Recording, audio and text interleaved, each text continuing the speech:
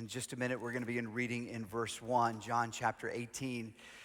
In verse 1, so as we said, we're getting this seminal moment where we're beginning Jesus' walk to the cross. And Easter is going to be good and glorious. It always is, but perhaps more so for us as a church this year because we're going to spend so long these weeks thinking about Jesus' slow, painful, difficult walk to the cross. And all throughout the book of John, there are these signs, these 7 signs. And as we said before, John doesn't use the word miracle because he's not pointing to miracles just for the sake of miracles. John uses the word sign. A sign points to something. So Jesus had authority over the water, so he turned the water into wine. And Jesus had authority over the water, so he walked on the water. He had authority over this matter, this bread and this fish, and so he multiplied them. He had authority over sickness, so he had a paralyzed man heal, and he has authority over blindness, so a blind man could see. He has authority over death, so Lazarus is raised from the dead. And so all of these signs are pointing this reality that Jesus has authority over all material things. Now, why is John speaking that way? Well, because it all goes back to the 3rd verse in John chapter 1 and verse 3, where John says this: all things were made by him, and without him nothing was made that was made. All things were made by him, and nothing that was made, without him nothing was made that was made. That's a redundant way of saying, for emphasis, that all matter, whether it be molecules or solar systems or galaxies or the universe, anything in the universe was created by Jesus Christ and through his power. And so, literally, this is his world, and we're living in it. John wants to make that very, very clear throughout John. But we're tempted to think that ends in chapter 18 because he's betrayed, he's denied, and then chapter 18 again, he's tried, and then tried again, and then scourged, and then crucified. In 24 hours, Jesus is dead. So we're tempted to think, well, all that ends now. Surely he's no longer in control of all things. But Jesus, before we ever get to John 18, has a commentary on John 18. Don't turn to it, but listen to it. This is John chapter 10 and verse 17. Listen to what Jesus says about what we're about to read. For this reason, the Father loves me, because I lay down my life that I may take it up again. John 10:18, no one takes it from me, but I lay it down of my own accord. I have authority to lay it down, and I have authority to take it up again.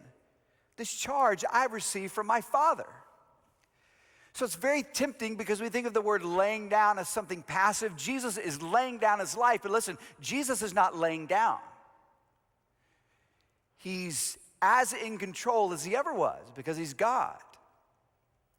There are a lot of actors in this last scene. There's Pilate, and there's, of course, the Jews. There's a Roman cohort, a band of soldiers. There's the Roman soldiers that are going to crucify him. There are lots of actors. There are even bad actors, but Jesus is not an actor. He's a director. And in case there's any ambiguity about that, Jesus makes it so clear. I lay this down of my own accord, meaning I have the will to do it. The Father charged me to do it, but I don't have the will to do it, but I'm going to will to do it the way that I want it to be done. So every word spoken in here, every turn of a phrase, the staging, the blocking, all the way that the actors are going to come in and out, all of this is directed by Jesus. He's directing this action. And in fact, as you're looking at chapter 18, look at verse 4. Scan your eyes down to verse 4. Then Jesus, knowing all that would happen to him, no surprise, he's knowing all of this. And in fact, if you read chapter 18, verses 1 through 11, there's 9 action verbs attributed to Jesus. Jesus, in John 18, is directing those who are acting to kill him. That's the main idea. Jesus is directing those who are acting to kill him. And the way John tells this is with a setting, that's in verses 1 through 3, a scene in verses 4 through 9, and then a final scene in verses 10 through 11. So if you're taking notes, don't write down point 1, point 2. There's no points this morning. This is not a lesson. It's a story. And so write down setting. Here's the setting of the story. Let's read it in verses 1 through 3. Here's the setting. When Jesus had spoken these words, he went out with his disciples across the brook Kidron, where there was a garden, which he and his disciples had entered. Now, Judas, who betrayed him, also knew the place where Jesus often met with his disciples. So Judas, having procured a band of soldiers and some officers from the chief priests and the Pharisees, went there with lanterns and torches and weapons. That's the setting for the story. It begins in verse 1 when Jesus said these words. These words would have been chapters 14 through 17. Remember, chapter 13, they get together for the Passover. Then Jesus institutes the Lord's Supper. That's clearer in the other Gospels than it is in John. Jesus washes the disciples' feet. And then John 13:30 says it was night. And knowing John, night and light are big themes in John. And so he's staging for the darkness that Jesus is about to walk through. So presumably, chapter 14 through 16, when Jesus is teaching them all the things in what we call his final words, his farewell discourse, perhaps they're all taking place there in that upper room. Chapter 17 is the high priestly prayer, all that just with the disciples, the 11, not the 12, because Judas, who is not truly a disciple, has already gone out. He's been filled with Satan, chapter 13 tells us, and he's left. And so when he finished those words, chapter 1, they left the upper room, and they go across this brook, which really in the Greek is a bubbling brook. The snow would have melted during that time of year, would have come down, and in this time of year, during the early spring, it would have been a bubbling brook, and they go across that brook, and they go to a garden, which he and his disciples entered. It was a very, very familiar place. It's a place where Jesus would go to pray a lot, and it needs to be a familiar place because Jesus knows that Judas knows he's going to go there. Jesus has a divine appointment that he's made with Judas. It's also a place that's so familiar because the disciples are going to need to escape. Jesus protects them, as we'll see in a minute, and they need to be in familiar ground, perhaps. In verse 2, you have this very cynical, vile idea that Judas actually betrayed him because that was a place that Jesus would go to pray. So he knew this was a place where Jesus would be profoundly vulnerable. So, verse 3 tells us, Judas, having procured chief priests and the Pharisees, a band of soldiers and some officers from the chief priests and the Pharisees, went there with lanterns and torches and weapons. Now, this is so very, very interesting. You say, well, I thought that the chief priests, the Jewish leaders, and the Romans were enemies. Well, they were. But the Romans and the Jews had a common enemy in Jesus. And if you want people to be friends, give them a common enemy, right? They both hated Jesus. The Jews hated Jesus because they thought he claimed to be God when, in fact, he did, but he was God. They denied that. And the Romans essentially just want to get rid of this problem for the Jews and want to squash any sense of insurrection and rebellion that there might be. And so these enemies become friends, and they come and they go after Jesus. A band of soldiers. I don't know how many that is. If it was a Roman cohort, it could have been anywhere from 600 to 200. It could have been smaller, but there's no reason in the text to think that this was. This was a large group of people coming to Jesus. Now, why? Why would you come with this large group to take Jesus and his disciples? I mean, there's no sense that they're that much of a threat. There's no evidence in the Bible or outside of the Bible that they were great fighters, right? You have Jesus, who's a carpenter, and you have the disciples who are fishermen, except Matthew, he's, an accountant. So they've got that going for them, right? They can, real threat there. That's not what this is about. It's about a display of power. Jesus, we don't know who you are, but there's any hint of rebellion or insurrection. This, my friend, is a band of soldiers. So think twice before you do anything. And John, interestingly, says they came with lanterns and torches. Now, There's no way we can think this is an incidental detail because light is a huge theme for John. And in fact, I think there's a parallel to this passage in John chapter 9. So we're going to come right back to chapter 18. But take your Bible and look at John chapter 9. And I want us to read the first 4 or 5 verses of this really interesting story. This is John chapter 9 and verse 1.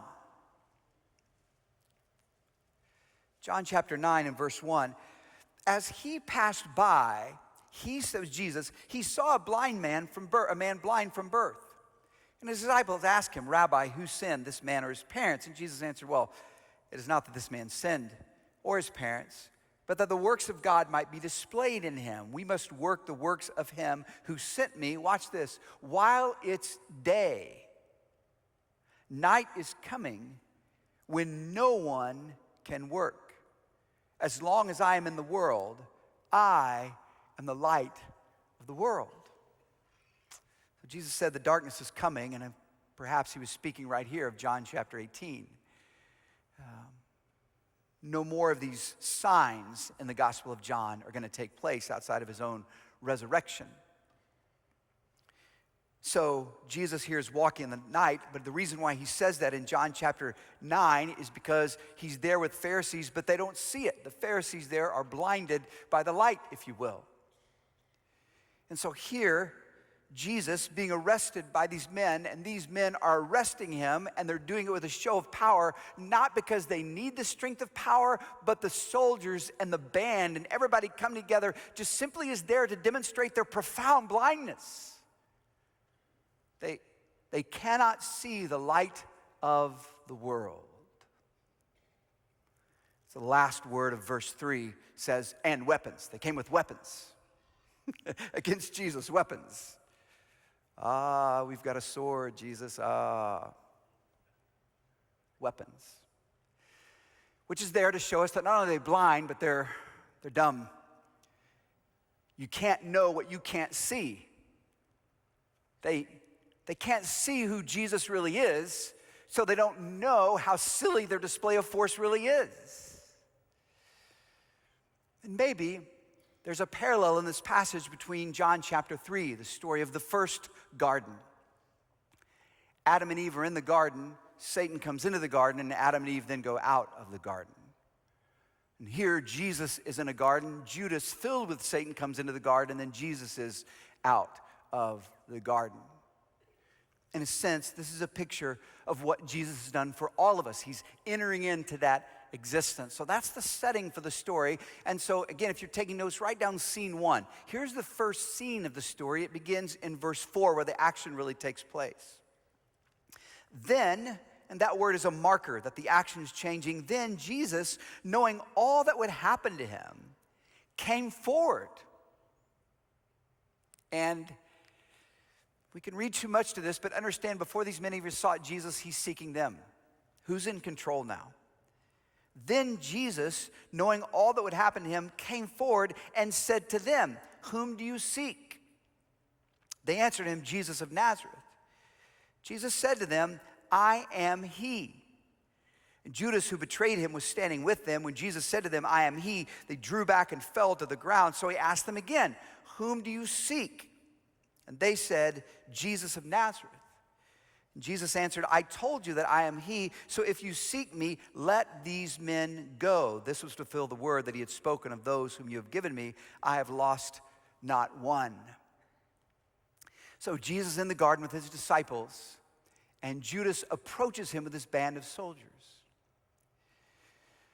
Now, let me take a time out right here and ask a question that you may be asking, and that is, if these are actors, which they are, and Jesus is directing, which he is, then why does Jesus blame Judas for what he did? Isn't he directing all the action?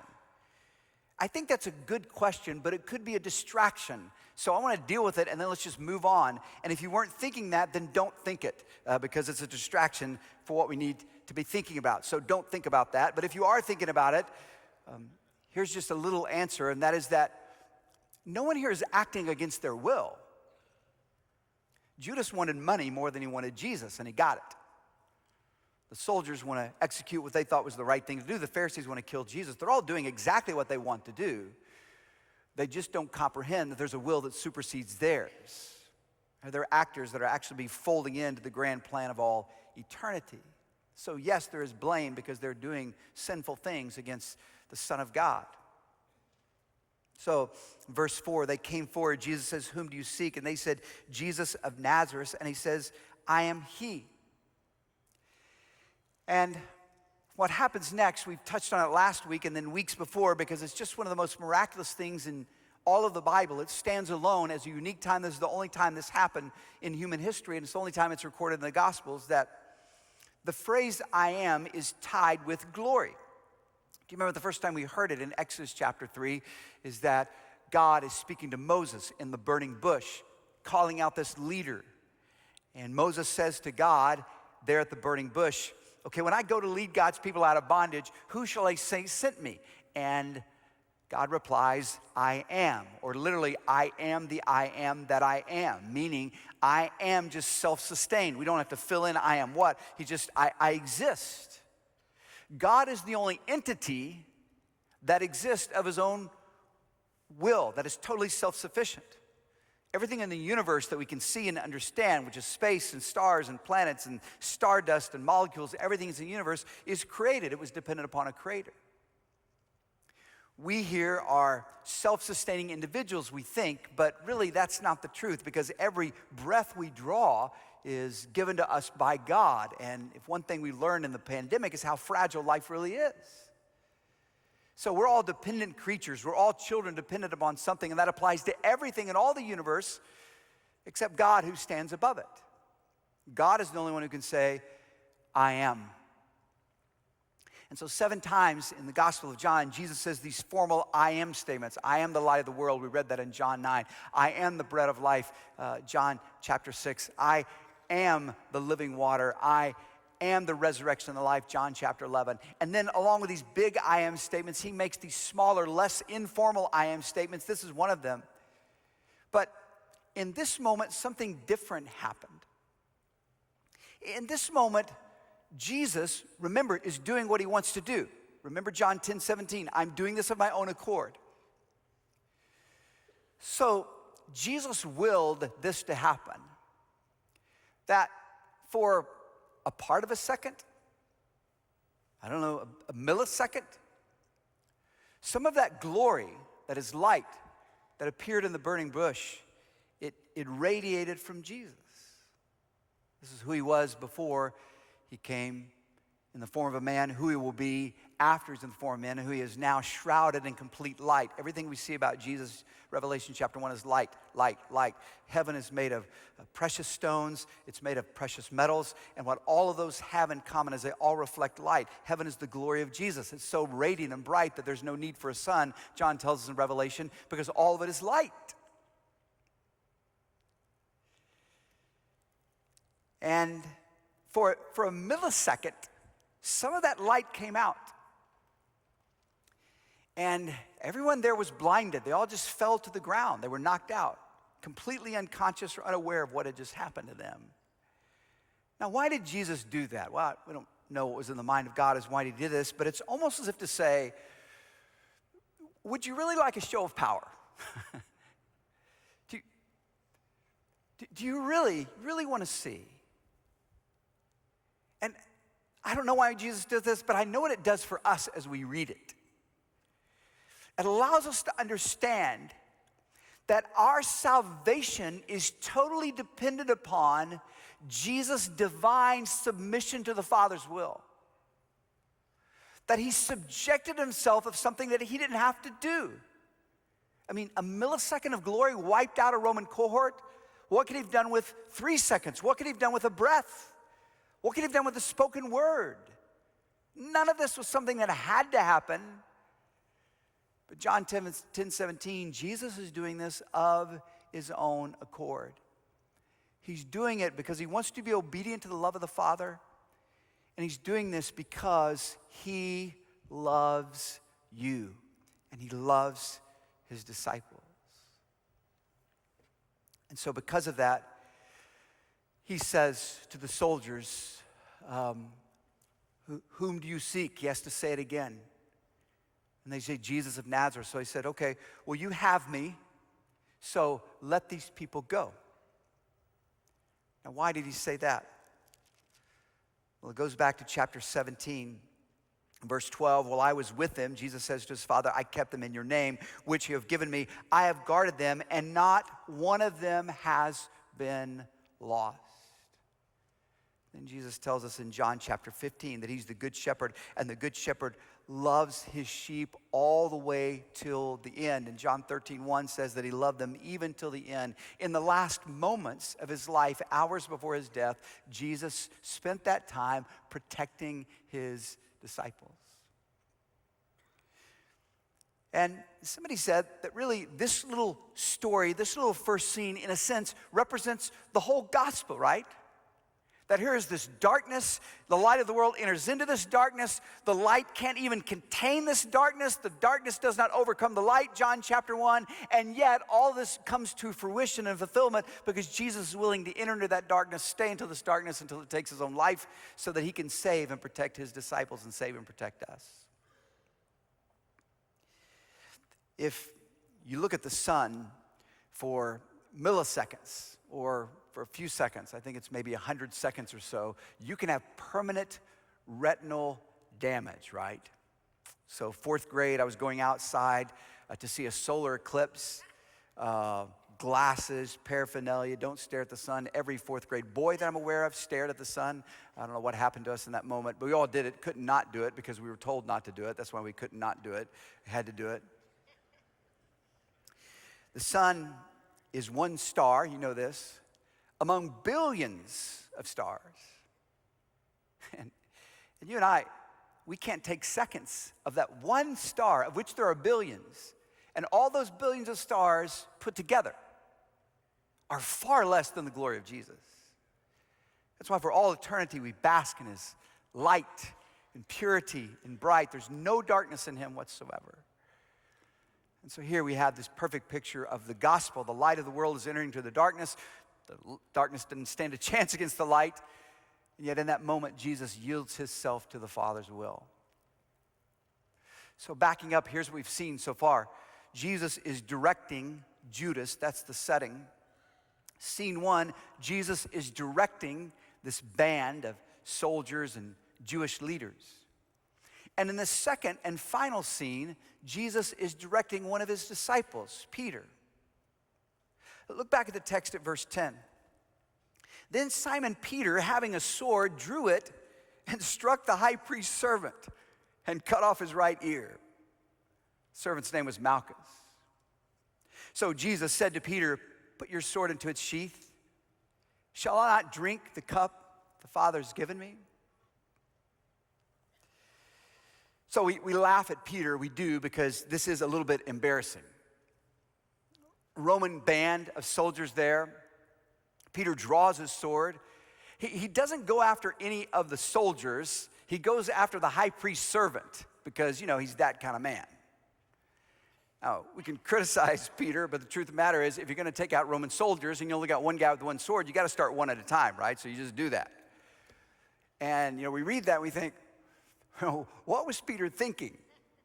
Right? There's only one person in the Bible that took out hundreds of people. It was Samson, right? He took out 1,000 people, one man. And maybe this is Jesus' way of showing Peter, I know Samson, you're no Samson, right? What was Peter thinking? Well, really, Peter was thinking the same thing Judas was thinking. Now think about this. 12 disciples in an upper room, chapter 12. Only 2 of them have a problem with following Jesus. Judas, who left, and Peter, who said, Jesus, this is actually never going to happen. Judas thought he could destroy Jesus. Peter thought he could protect Jesus. And both of them were wrong. The development of the life of Peter is really, really an interesting thing. In fact, it goes back to further into the gospel, but I want to start back in chapter 13. You're welcome to read along. I'm going to read a couple of passages. But in chapter 13, verse 1 says, now before the feast of the Passover, when Jesus knew that the hour had come to depart out of this world to the Father, having loved his own who are in the world. He loved them to the end. And then what follows next is the story of Jesus washing the disciples' feet. You know the story because Jesus is going to get to Peter and Peter's going to refuse. You can't wash my feet. Jesus said, if I don't wash your feet, you have none of me. And Jesus says, well, Peter says, well, then how about a whole shower? Why don't I just wash all of me? And Jesus has to correct him again. He was out of balance again, saying, well, actually, you don't need that. You need just some updating, if you will. You just need some momentary purity. Prepare yourself. And I'm going to teach you in this how to serve one another. I'm going to wash your feet. And then Jesus says, one of you will betray me. And verse 30 says this, so after receiving the morsel of bread, Judas, he immediately went out, and it was night. So we feel like we're a long way away. Man, that was way back in the fall when we were in that. But chapter 13, verse 30, we're still in that night. It's still that same night. It was night. And then Jesus says in verse 36, Simon Peter said to him, Lord, where are you going? Jesus answered him, where I am going, you cannot follow me now, but you will follow me afterwards. Peter said to him, Lord, why can I follow you now? I will lay down my life for you. Jesus answered, will you lay down your life for me? Truly, truly, I say to you, the rooster will not crow until you have denied me 3 times. Now, why would the rooster crow? The rooster crow signals the night is over and the light has come. And Jesus says, Peter, there will be a time you're going to be like Judas. He's out somewhere in the night. And it's before the light comes, before the rooster crows, you're going to be participating in that same darkness. Now, if you're in chapter 18, you know what happens next is the story of Peter's betrayal, denial of Jesus. But look at verse 18. If you're in chapter 18, look at 18 and verse 18. So Jesus is taken to the high priest's house. Peter is standing outside. Chapter 18, verse 18. Now the servants and officers had made a charcoal fire because it was cold. Why do they need a fire? Well, it's night, it's dark, it's cold, and they were standing and warming themselves. Watch this. Peter also was with them. Jesus, the light of the world, has entered into the darkness. Judas has taught us that he always was of the darkness, just now it's been exposed. And Peter, who is very much of the light, has a moment where he's aligning himself with the darkness. I'm with y'all, I'm not with him. So, you know the story, the servant girl presses him. Are you sure about that? I'm with y'all, I'm not with him. She sees him again. Are you sure about that? This time he curses and says, I'm with you. I'm of the darkness. I'm not of the light. And while we'll have to think about, as we get to the end of John, this horrible, tragic time in Peter's life. Poor Peter, we've all had dark nights of the soul. We've doubted and we've had difficult times. Peter's is recorded for all eternity.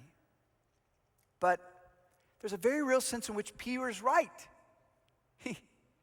He didn't know Jesus. He didn't know the plan. And we know that by Jesus' response. Look back at verse 11. So Jesus said to Peter, put your sword into its sheath. Shall I not drink the cup that the Father has given me?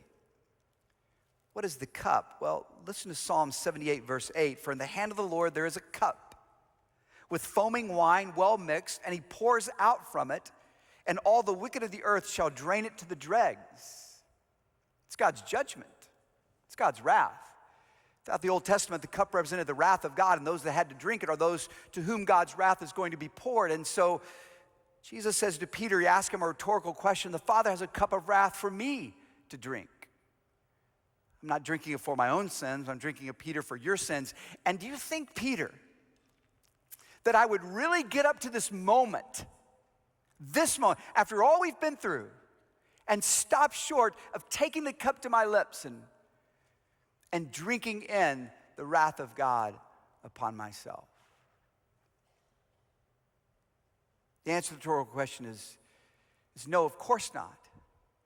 Jesus came this far, and he has to finish what God has told him to, and he has to do it in the way that God has told him to do it, with the authority that God has given to him, as he said in chapter 10, of his own accord. Peter, before this, had told Jesus that he couldn't die, he couldn't go to the cross. Remember Jesus' response? He said, "Get thee behind me, Satan."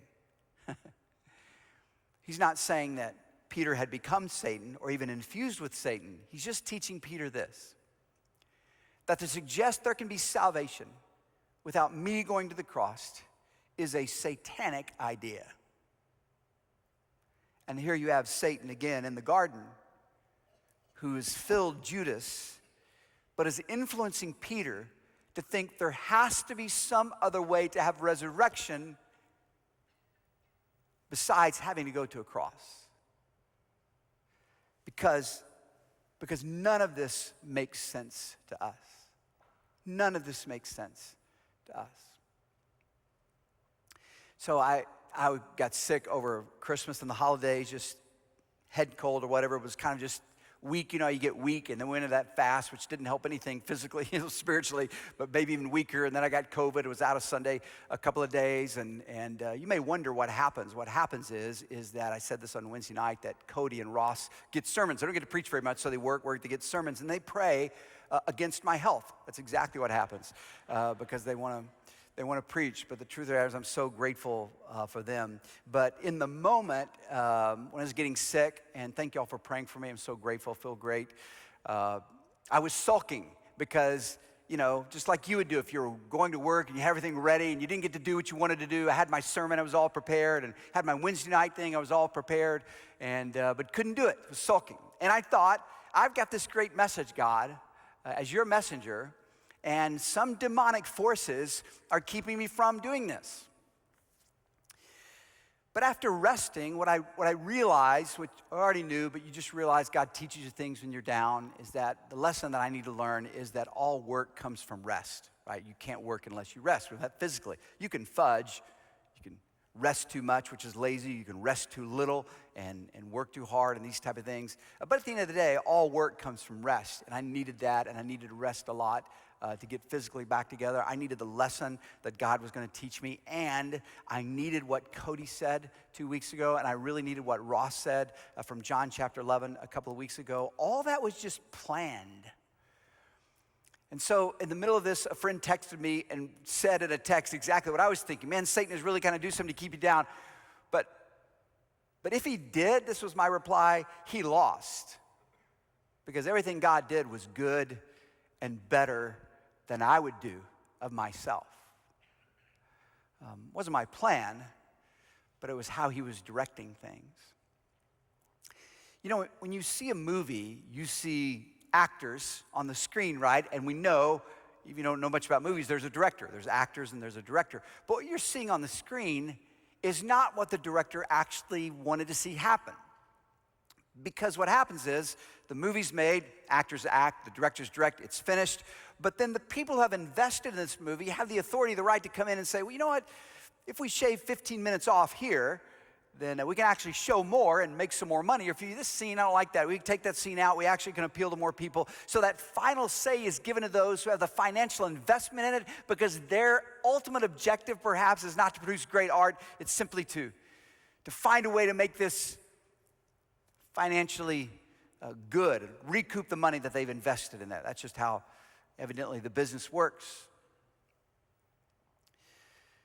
But if you go back to what the director actually did before all the other people got involved, that's called, the director's cut. His original vision for what he thought would make a great movie. So this, John chapter 18, is the director's cut. This is, without anybody tampering in it, exactly a fulfillment of John 10:18. I am doing this of my own accord. And the reason why that's so significant is because of our own will and of our own accord, we would never do it that way.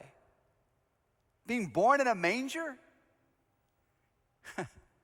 Clandestine escapes from where you were born in Bethlehem off to Egypt and then back to Nazareth and all. We wouldn't do that. Having the Son of God as a man, but refusing to actually come back and take physical action or even verbal action against those that are assaulting him. And then finally, a betrayal, a denial, a trial, a scourging, and a death. None of us would do a plan that way. By God's grace, He is the director, and this ending of Gospel of John is the director's cut. This is God's way of working out God's will. And so the question this leaves us with is the question in verse 4 and verse 7 that Jesus directed to both of them. Who do you seek? And I read this passage, I back away from it thinking, that's a great question. Like, what do I want? Judas wanted to betray Jesus. The soldiers wanted to arrest Jesus. Peter wanted to defend Jesus, and all of them are wrong. The only person in this scene who gets God's will is Jesus himself. And so what I should seek, what God is leading me to seek, what the whole gospel points to, what Jesus examples and models for us, is that we're seeking the will of the Father, to defer to what He wants. Because of how it's going to ultimately manifest itself with all the forces of evil, ultimately what's going to happen is He's going to win. That's how the director has written the script. And so wouldn't we want then to seek what He wants?